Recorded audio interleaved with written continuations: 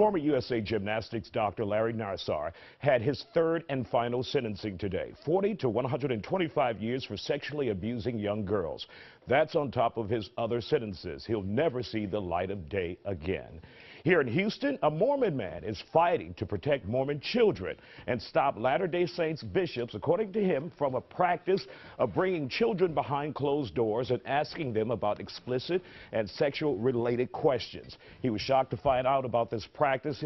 It's damaging and it has to stop. Sam Young is a former Mormon bishop. He started a petition to stop these interviews, and he's live on The Factor tonight. I want to welcome you to The Factor. Well, thanks so much. All right. I appreciate being here.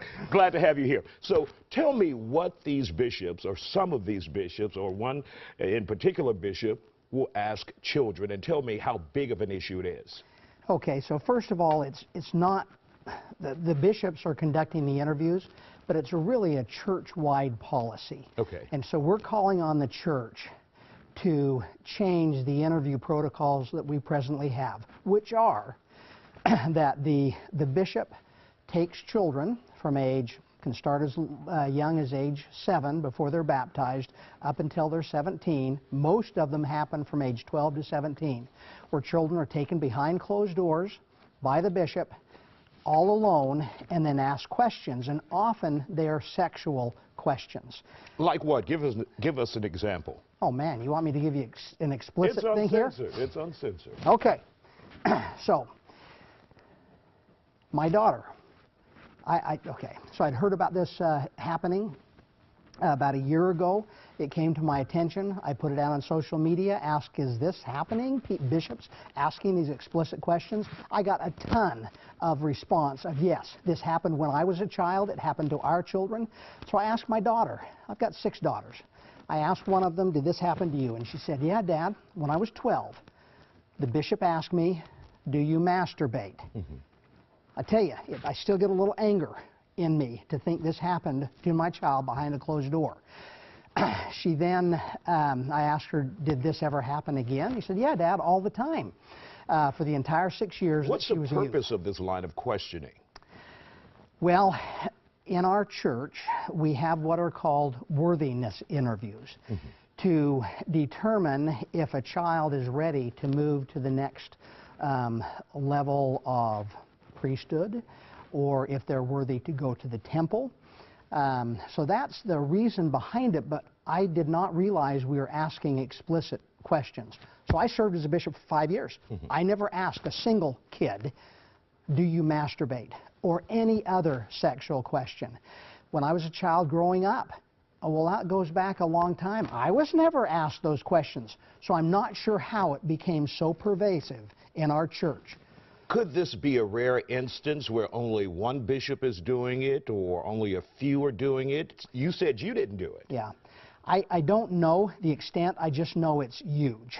So over the past, starting last March, when I started looking into this, since last March, I've had 2,000 stories sent to me by individuals of what happened and what the horrible consequences were. I have 300 stories where people have shared online on the website, detailing the graphic nature, the shame that came from it, some children being sexually assaulted by their bishops. I mean, you just think, what could happen? Well, let me ask you this. Why not take this to the church and deal with it internally? Why go public with it? That is a super question. I didn't even ask you to ask it. So that was the first step. So I've basically exhausted all the avenues that I have inside the church. The local congregation, the group of congregations that are grouped together. I've talked to every level. I've talked to Salt Lake about this. And at this point, I'm getting no response. So nothing has happened in a year. And so this is the next step. And this is my next step. I'm looking at what do you do next. There are now 14,000 people that are calling on my church to make this change. You see, every single Sunday that goes by, another kid is taken behind that closed door, and you don't know what's going to happen. Are they closer to hating themselves based on the shame that has been loaded onto them as they're asked sexual questions? is somebody just that much closer to thinking about suicide or attempting suicide? There have been kids. There are stories in here of children that have committed, that have died by suicide. And you're going to release those stories tomorrow, and of course, you're going to have a press conference. We reached out to Latter-day Saints in Salt Lake City, Utah, but they said they declined to give a comment on this at this time, but we will definitely follow up. And Sam, make sure you keep us up to date, and thank you for coming on The Factor Uncensored. I really appreciate you letting me be here. No Thank problem. you.